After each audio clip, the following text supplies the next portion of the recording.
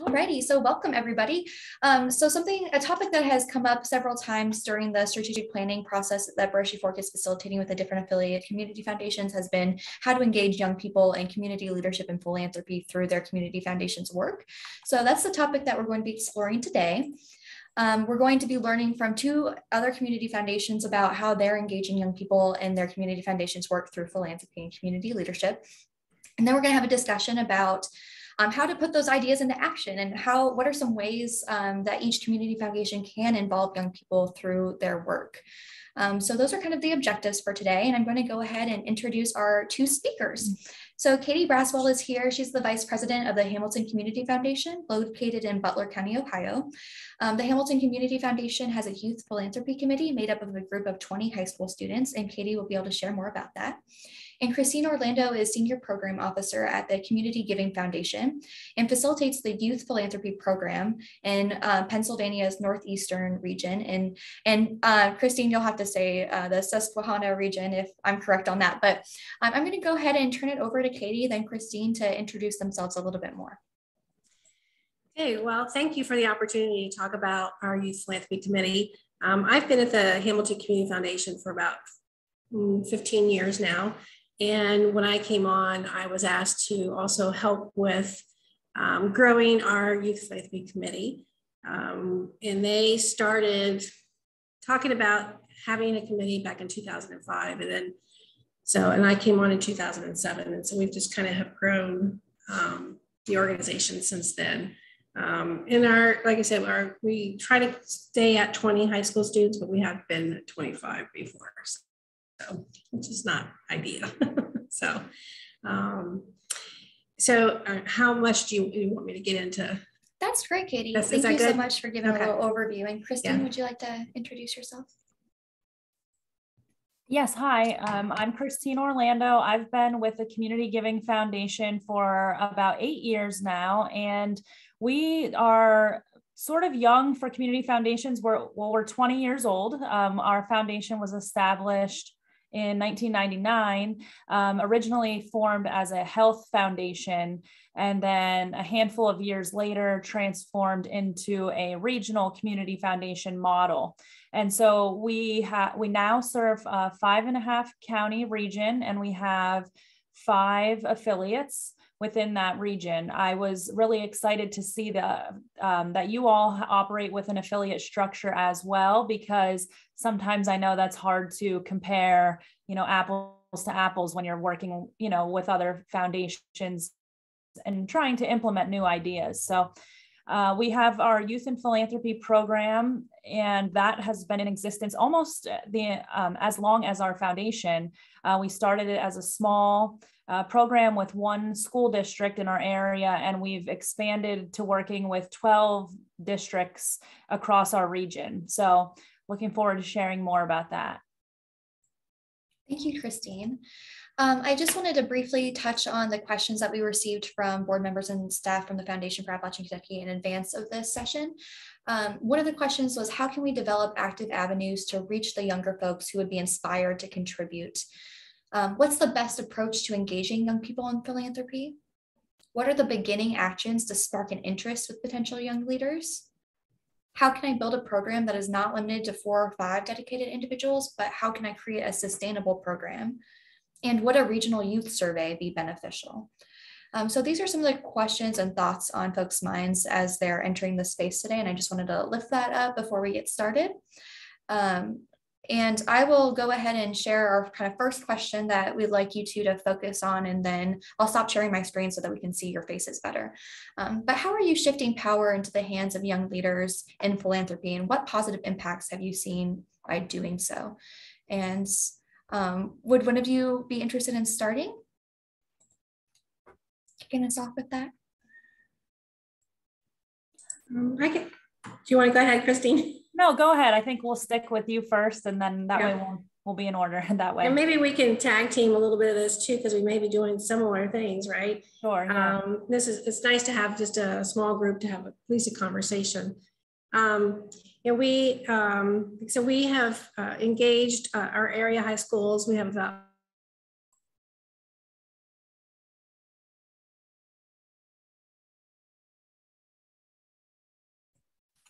Looks like Katie's having some internet difficulties. So Christine, if you want to jump in and then we'll jump back to Katie. Sure. So I'll try to stay on track with the question and not get too far ahead of myself. But we have, like I said, we now work with 12 different school districts in our area. But when we started our program, we were just working with one. And we have found a lot of success in partnering with the school districts because they have such a good tab on the students and engaging those students, finding students that would be good candidates to join a program. So we take their lead on recruiting students. And we typically work with 12 to 15 students from each high school. The way that we've tried to structure the program is we suggest 3 or 4 students from each grade, 9th through 12th. That has helped us to get kind of a leadership pipeline going. So students can participate, year after year. And if they start out as a freshman, eventually, there'll be a senior leading the group and taking on more of a leadership role. So that helps us to build leadership within the group. We have been able to gain their, let's see here, the idea of shifting power. We've been able to empower the students by giving them money to operate their own grant round. So we give each school $5,000 and the students are in charge of creating and organizing their own grant round, which obviously gives them a lot of responsibility and empowers them. And that has been successful in engaging the students. In addition to that, what we find is once they start in the program and they become involved, they then want to take on more. So they are doing more community service activities. And within their club, they operate just like any other club at the school. So you have your other community service type clubs that the school has. The Youth and Philanthropy Club is a club at the school, but it's administered by the Community Foundation in the sense that our students come and meet at our foundation, and we lead 3 regional meetings per year where we bring all the students together and we have a day full of education, and I can get into more specifics on that. But the big thing as far as shifting power for us has been getting the students, just recruiting students from the schools. And then once we have them meeting with us, empowering them by giving them the money and putting them in charge of the $5,000 to administer their own grants. That's been very successful in building that relationship. So I'll kind of stop there. Sorry about that. I'm not sure what's going on with my internet. It took forever to log back on too.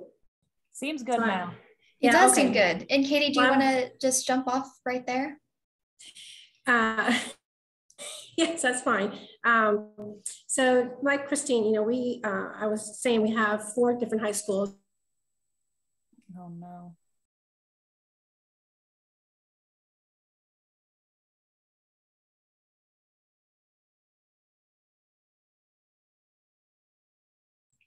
We can definitely empathize with rural broadband connection issues. So we'll wait for Katie to maybe have some connection again. Christine, you kind of mentioned your partnership with the schools. Have there been any other partners that you've been working with to do this program that you feel like would be important to mention? Yeah, so within the meetings, when we have students with us, we engage the nonprofits in our community that we know work with youth specifically. So we have some teen centers, libraries. Those are some of the more specific ones, anything related to sports, of course, and anything that we know would be of interest to the students. We bring those nonprofits in to lead activities, maybe be a guest speaker. Sometimes we've had, for example, one of our local homeless shelters, we had them come in and speak. They mentioned how they actually do, have youth in the shelter that was very touching to the students to hear. And then after that, we did a community service activity together to donate items to the shelter. So we put together some baskets and bags to give to the shelter.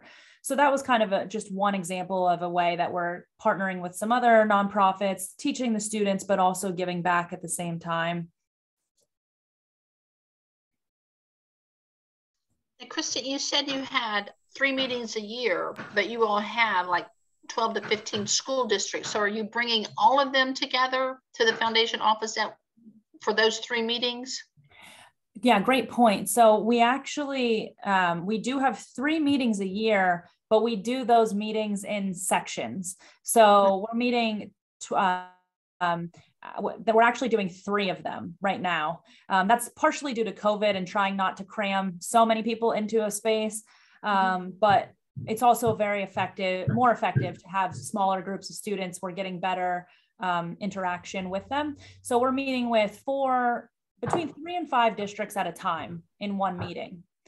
When you're thinking about the actual curriculum of the program, that is where I mean 3 meetings per year. So we do a meeting in the fall, a meeting in the spring, and then, well, more like the winter for us, and then one at the end of the school year, following along with the school year timeframe. At each of those meetings, we cover some big topics, and we lead the whole philanthropy education process, the grant making process as well. But students do meet monthly at their school to complete projects and homework assignments to get the work done that needs to be done. Christine, is it okay if I interrupt? Since how did you guys develop the partnership with the schools? And the reason I ask this question is because it's just one of those things that I've noticed in my work, that schools are very reluctant. So many people want in their world to manipulate and to do all this stuff. And so when it comes to trying to make that type of request and so forth, did you find a particular way into your districts that was more successful than other ways?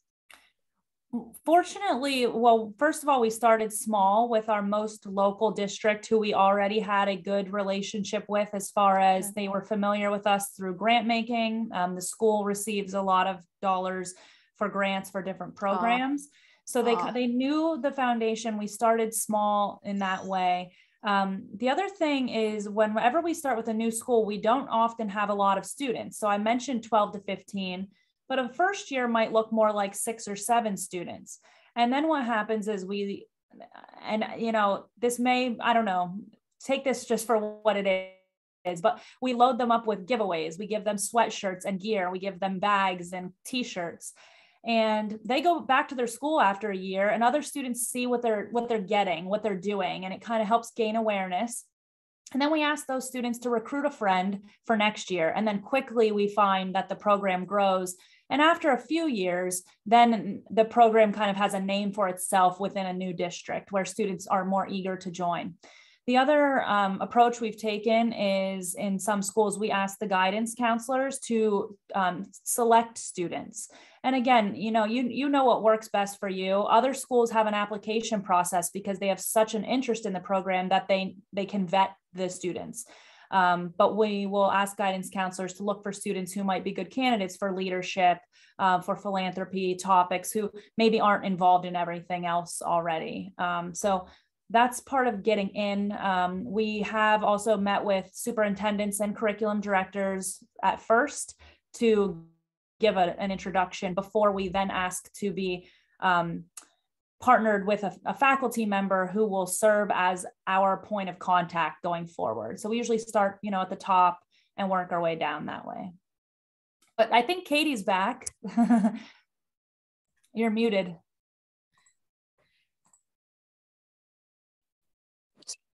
Okay, well, I am on my phone because I was like, okay, this is making me crazy. I don't know what's going on with our Wi-Fi here. I'm so sorry. It sounds like, Christine, a lot of things that you're doing, we've done as well. I think, the latest question that if I can just jump in where we are. Yeah.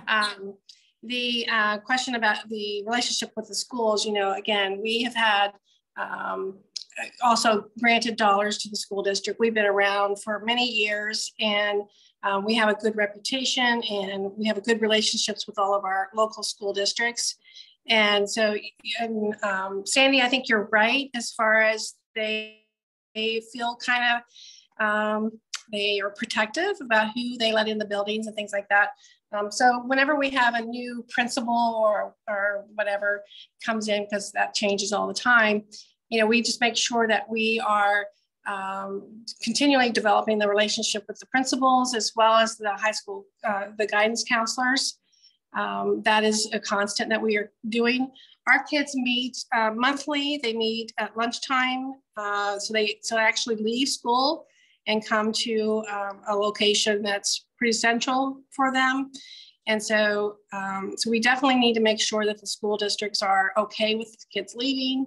The reputation in the schools with our Youth Philanthropy Committee is very high, and it's a very sought after position. And, we can only take so many, and it is a recruitment process that the kids do. We definitely empower them to do all the recruiting. They talk to their friends. We do have an application process and an interview process that they conduct. They also, schedule these interviews at the schools, and they are actually doing them in the school districts and taking the time out to do that. The kids were telling me the last time they did they had so many kids to apply that it took them like 5 hours at somebody's house just to kind of go through and say, we want this one, or this one, so it is really a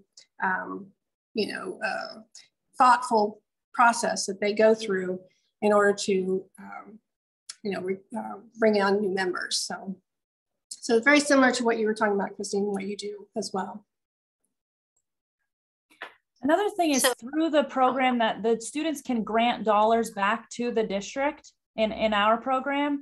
So that's attractive to the district when we're presenting, this is a new program, the students have $5,000 they can grant to nonprofits and or programs within the district. So that's a plus too. We're fortunate that we've had some donors who established funds back in the 50s to grant to organizations serving the youth. And so the foundation board, the adult board, they were making those grant distributions. And so when they created the Youth Philanthropy Committee, they empowered them to award those dollars. And so right now they're awarding about $50,000 every year.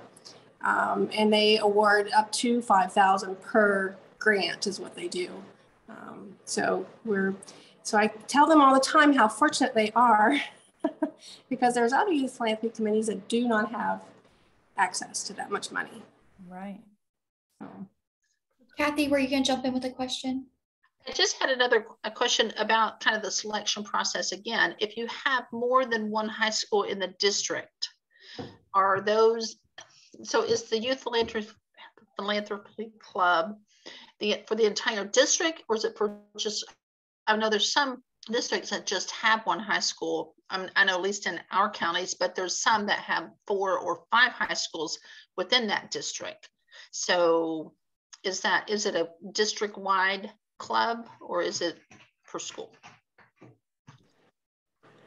For us, it is district-wide, but we don't have any districts that have multiple high schools. Okay. So I think that would be, your decision, and that's just our model. Okay. Same with us. When we only have one high school per district that we're working with. Mm-hmm.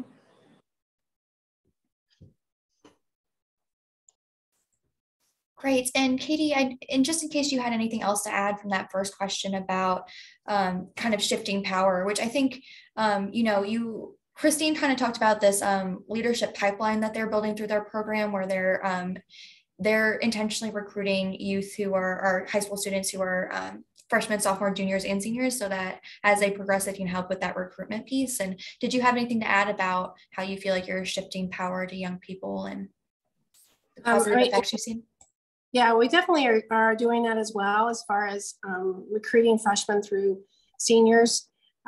We try to keep a metrics too for not having all of our seniors in one class, because we would lose half our committee. So we try to balance that out between sophomores, juniors, freshmen, sophomores, and juniors. And we're not really recruiting seniors. Typically, our students are staying with us all the years that they're in high school. The other thing that we talked about and we started doing a while back is creating an alumni group of our Youth Philanthropy Committee, because we want to stay connected to them, like you said, keeping a pipeline of new donors, of course, down the road, new leaders that we have been involved with these kids throughout their high school years.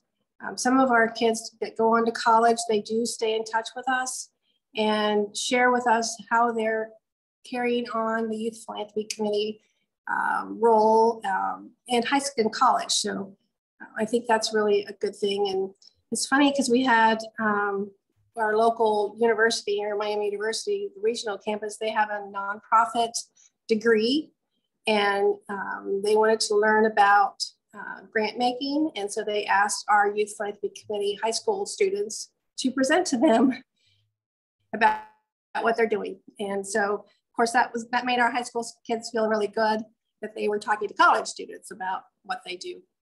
So I think it's, engaging our students at all levels is really what we continue to try to do. Thank you very much. And then Christine touched a little bit about some additional community partners that they're engaging, like nonprofits, which would come in and present and lead maybe activities, and also give the young people who are making the grant making decisions and better understanding of the community climate of what nonprofits are doing in their community. Are there additional community partners that you wanted to touch on as in terms of ones that you're engaging? So with our grant making that we do with our area nonprofit organizations, we also, not only are we talking about providing them funding, but they do offer opportunities for the students to volunteer, because community service is another part of what we do. And so I think our local nonprofits, as well as other community festivals, those types of things, that they're always looking for youth volunteers. And so, our kids are always asked to do those types of things too. Working with our city manager, luckily a couple of his students have been part of Youth Philanthropy Committee. So we try to keep our students in partnership with our city as well, just because this is where they live, and there's probably quite a few things that they're not aware of going on in the city if they were part of this group. So I think that's a continual process that we're going through too. So what else? Thanks for sharing that, Katie. Thank you, Christine. The next challenge, or the next question that we had for you all is, what has been a challenge to engaging or partnering with young people, and how did your board or staff learn from and overcome it? And Sandy brought up a challenge that she thought about maybe anticipating, which was building that relationship with the school district, which you both said, Christine, you pointed out that an advantage was saying that the dollars could go back to the school district, for example, but are there any other challenges that you all have overcome, and what was the solution that you all implemented?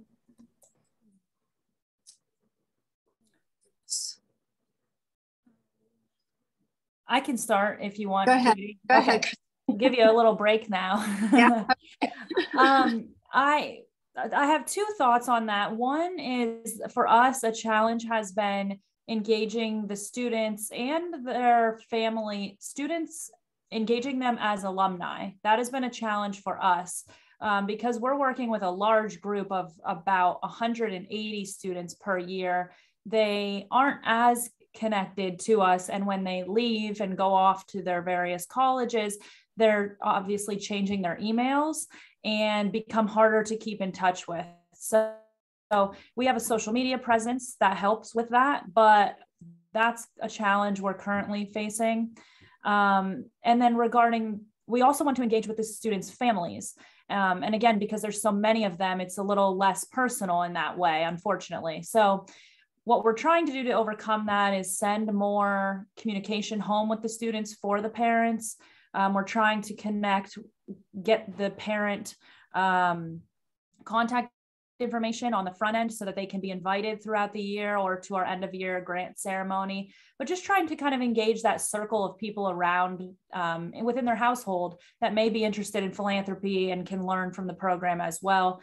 And then the second part is just as of recent years, we did in 2020 have to go fully to Zoom for our program, which was very challenging for, as it is for everything, but trying to stay up to speed with keeping students engaged and what's relevant for them that way. So we actually went as far as when our students were having school at home, we were sending certificates for free lunches at local restaurants, mailing those giveaways to them, to their schools to disperse, just try to keep that connection there and incentivize them or just, reward them and thank them a little bit for what they're doing for us, because obviously they're, students have faced a lot of challenges through COVID as well. So.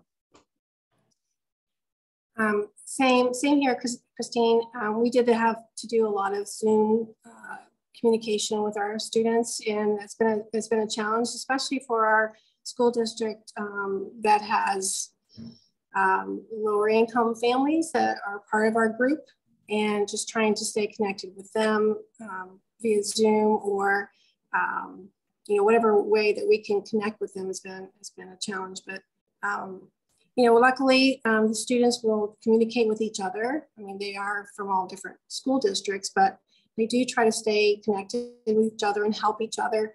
That's a constant challenge to try to make them come together as one, because they don't see each other in school. I mean, they see each other once a month. We do try to do some activities where they get to have fun together. It's not about philanthropy all the time, because we do need to have some times where they can come together as a group, and just becoming a part of this group, and it's outside of their normal school day and their normal school activities. So, and they tell me all the time, people don't know anything about youth philanthropy committees.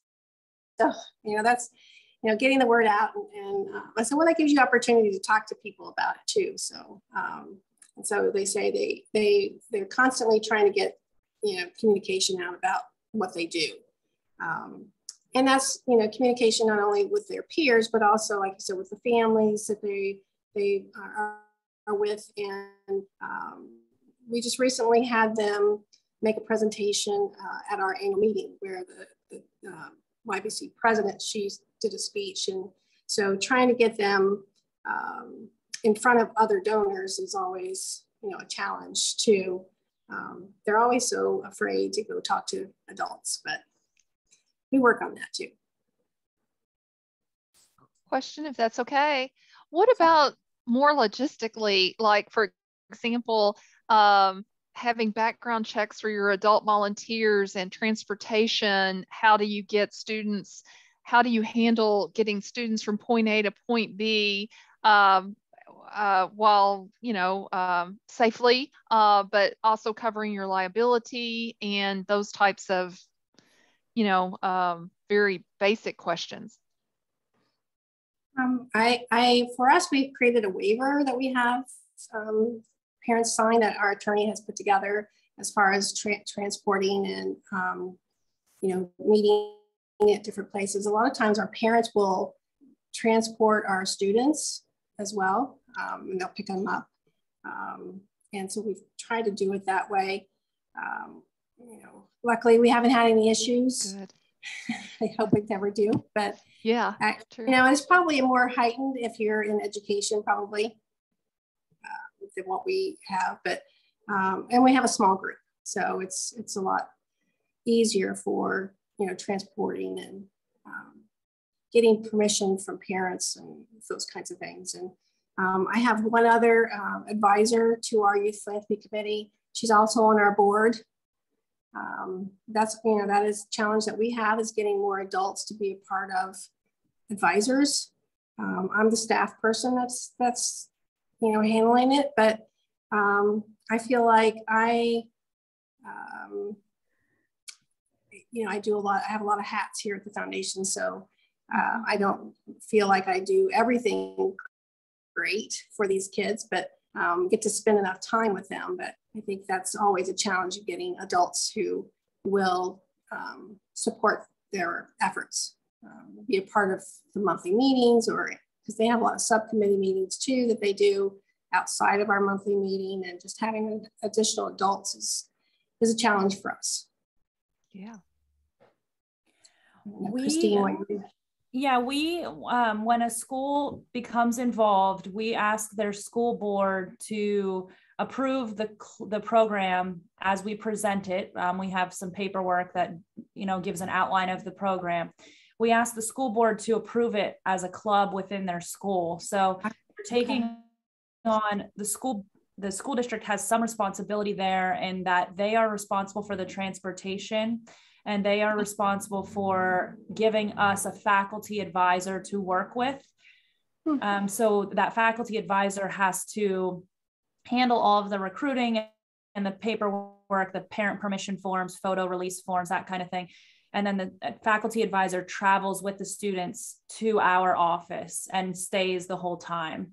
So that's how we manage limiting our liability for all the students. And we allow 1 or 2 faculty advisors from each school district. Many of the districts also provide a stipend for that faculty advisor, but that's not something that we do. That's a good idea. So it's just like any of their other clubs, like the drama club or the basketball exactly. team. They have their, great, that's great, yeah. Yeah, and that's not how we have it. I mean, ours is outside of the school, so maybe we should be inside the school. I think it's great that we have some differences to highlight. I think that's good. Yeah. Thank you both for sharing responses to that. That's a great question, Sandy, about the logistics. Are there any other questions that are kind of coming to mind right now before we get to kind of our last kind of panel question?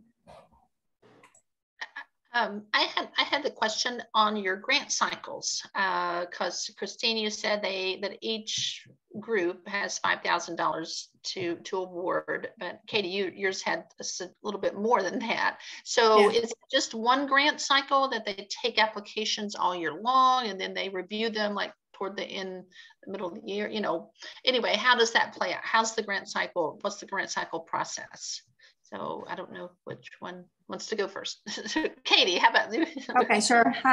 So we have one grant cycle, and our applications are accepted until February of each year, and we award them in May. So February, March, and April, we're either reviewing the grant applications together, or we're going on a site visit to some of the grants that have been proposed, or we bring in the executive director for each of the nonprofits that they want to ask them for the questions. And so the nonprofit organization CEOs are always telling me how intimidating that is for them, because it's just, it's kids asking them questions. So it's really February, they come in, March, April, and then May, we make final decisions. And that's it. We also follow the school year timeline. So it's pretty similar. We have one grant cycle. We spend the fall going over basic stuff with the students, learning about philanthropy and emphasis on nonprofits and the general information. And then we spend the winter months learning about how grant making works. And then that's where they create their application, put it out there in February as well. And then review and award by the end of the school year in May. We do all the applications online we use the Foundant software for grant making. And so students can create their own application. Each school has a different application, which can be frustrating for the nonprofits who want to apply to multiple because they're all different. But I always tell them, fortunately, their applications are smaller. It's less money. So each school has $5,000. A grant award is typically anywhere from $1,000 to $2,000. They're usually giving out a few. Each group gives out a few. We use Founded as well, and so it's we have one application for everybody. So it's very nice to have that. Yes. Well, we have found it as well. It's yeah, we just got that, like, fully transitioned last year. So we're very appreciative that we have that now. We had some struggles with one that we had thought was going to work for us, but didn't. We won't mention any one by name, but we do have found it now. We're very pleased with that. So the other question is, for the grant cycle, is there a theme? Like this year, are they going to focus on food security or the arts, or is it just open, or is that something that the students decide? For us, we've had it open to all areas. This year, the kids decided they wanted to do a needs assessment survey. And so they've been surveying now in the last few weeks, nonprofit organizations, teachers, and one other, I forget. The students themselves. So yeah, so they wanted to see, they just asked like 5 or 6 questions because they wanted it to be very small. And so based upon the feedback that we received from all these folks, we'll have a discussion about that. Maybe it is that we need to focus on certain areas, but we have not done that as of yet. Is this a matching grant or just not a matching grant? For us? No, it's just a regular proposal grant request. Same, ours is not matching. I'm glad you asked that about how do we prioritize the grant making though, because we have the students every other year create a needs assessment. Typically it's a survey, but sometimes also interviews. And so each school creates a needs assessment within their district. So that's something we do at our fall meeting. We have the students create the questions, go back to their district, send out a survey, and then we ask them to prioritize the top 3 things that they found, and then use that to prioritize their grant making. All of that's a nice part of the learning experience, as you know, giving out grants, how do you make that impact? And we also have them do a grant report after the nonprofits, and then, next year evaluate. So that kind of brings it all full circle that way. And we focus specifically on youth issues within their district.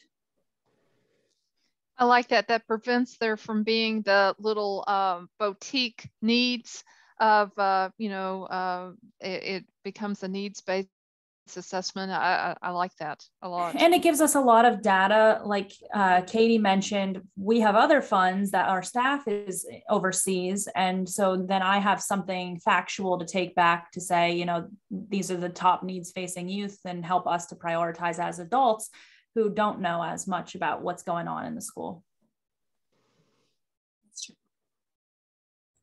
Thank you both for raising that up. The last question that we had was, what advice do you have for community foundation boards and staff who are interested in implementing a youth philanthropy program? And then we can revisit maybe those the questions from the audience too. I guess just for me, having a dedicated person that would oversee the program would be nice, just because I feel like that it takes a little bit more time than just, I feel like for us, I feel like my time is sometimes, I need to get to the Youth Philanthropy Committee work, those kinds of things. And then just to have the good relationships that you have with the school districts is important. And I guess the other thing is just, trying to make it fun for the kids, because they like to have fun, and we want to have more people that want to be involved with the group, and then make it so that they are feeling like they're impactful in their grant making that they do.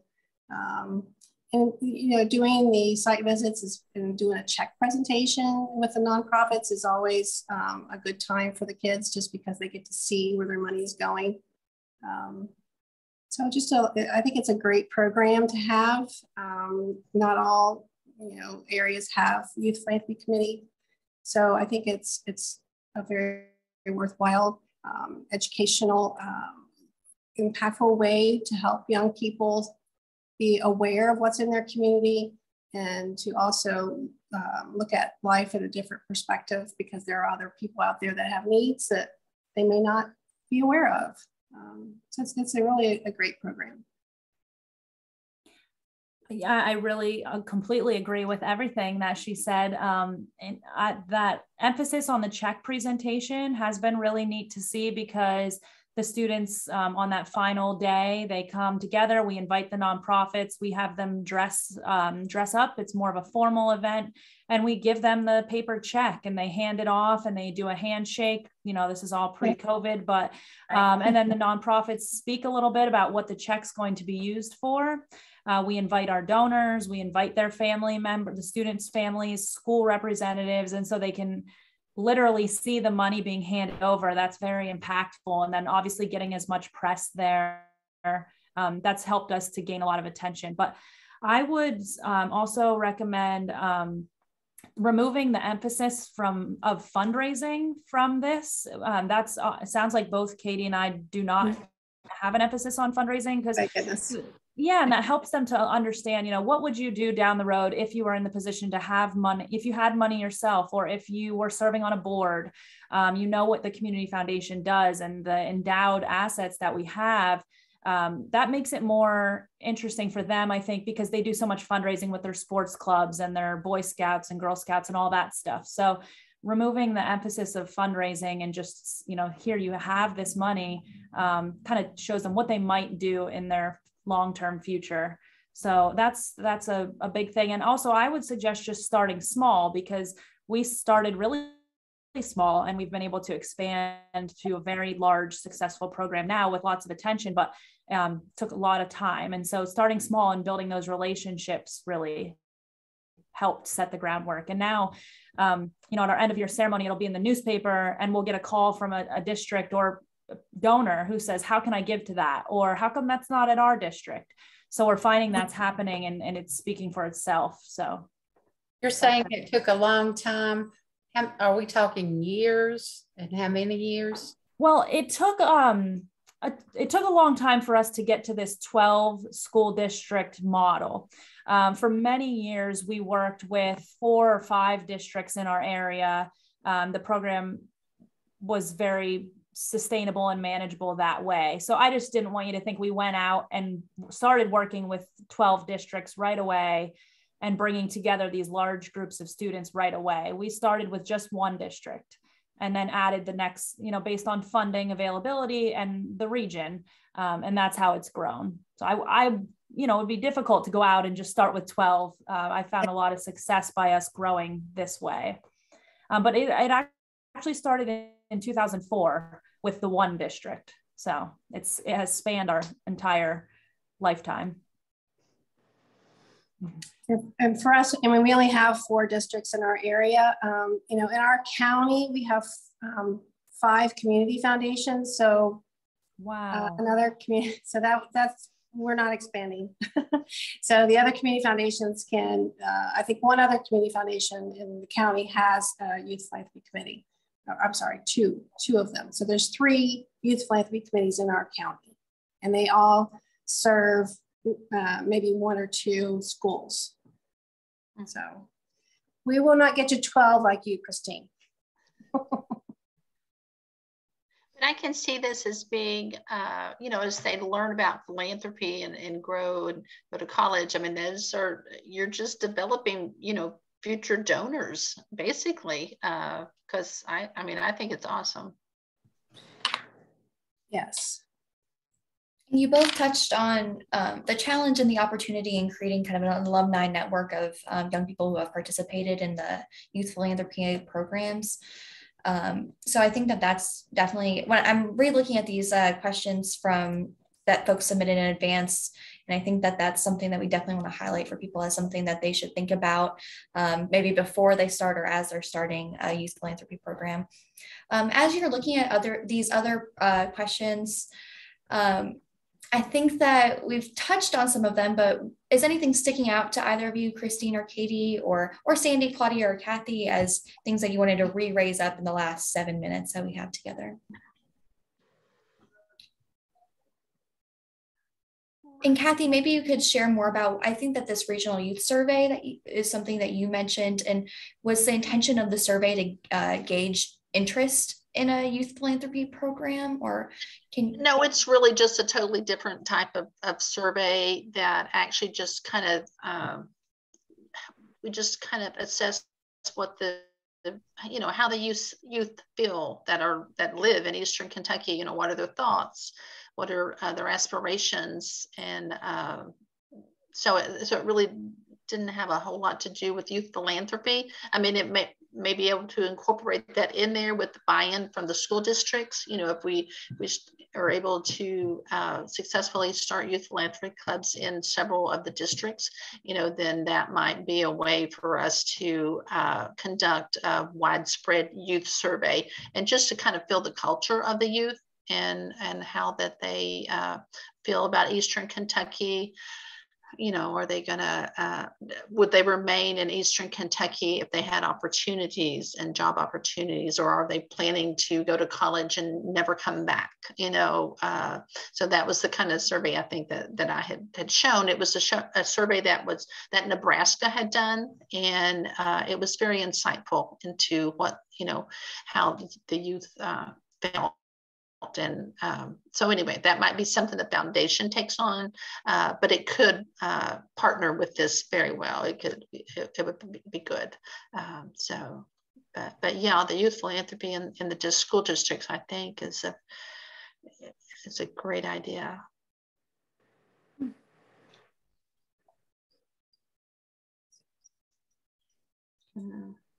Katie and Christine, you both talked about you both touched a little bit on how to create a sustainable program, and you both kind of referenced creating a leadership pipeline and having dedicated people within the school and within the foundation staff who are supporting it. But did you have any other thoughts about creating a sustainable program that you wanted to share?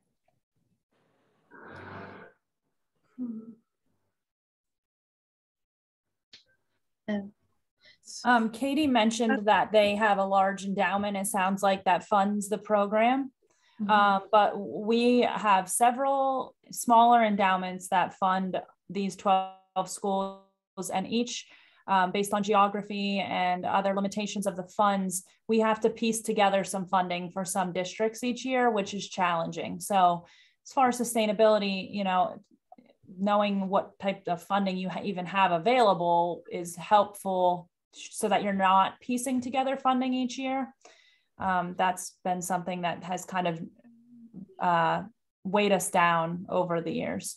Yeah, I could see that would be a challenge for us as well. But it sounds like you all have some good thoughts and processes of how to sustain that on your own.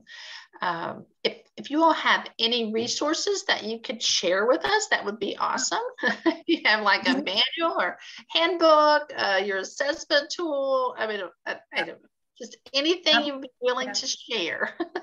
Certainly, have lots of things. And one thing I wanted to say too is, we have our youth grant making fund, but we also have a youth operating fund. So it pays for all of our meetings, because we always have pizza.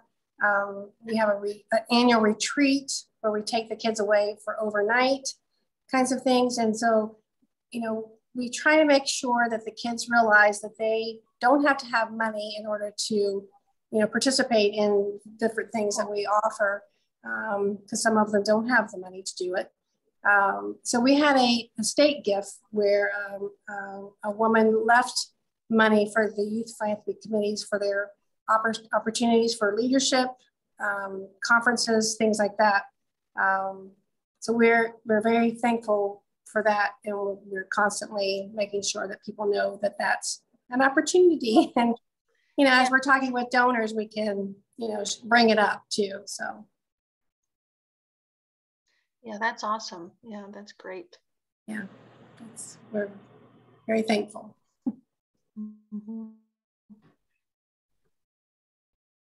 Yeah, we also will share lots of resources for you afterwards. Yeah. Great. Yeah. And I'm sure social media plays a big role in that now with the youth side and Instagram and sharing, and I'm sure that's a way to help promote the program and get those younger kids interested as they get on to the high school age, and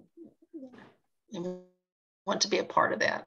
That would be my thought. I would think that would. Yeah, we have an Instagram page, and then one thing that one of the young people introduced to our group was the opportunity to have, it's called Interview. It's an app. It's called Interview, like INNERVIEW, and it helps them to track their volunteer opportunities. Oh, so, like for the college applications or whatever. Yeah.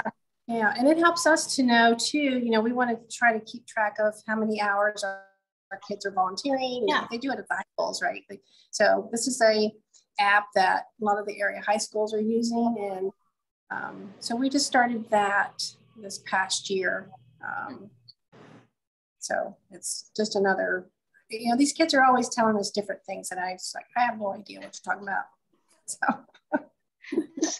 Keep us all youthful. Yeah, I know. It's like, okay, let's do it. Well, I've jotted down lots of notes based on all of the insights that you all have shared today, and I'm going to send this recording in the notes in a follow-up email. And if you all have some resources that you want me to include in that email, I'd love to attach them.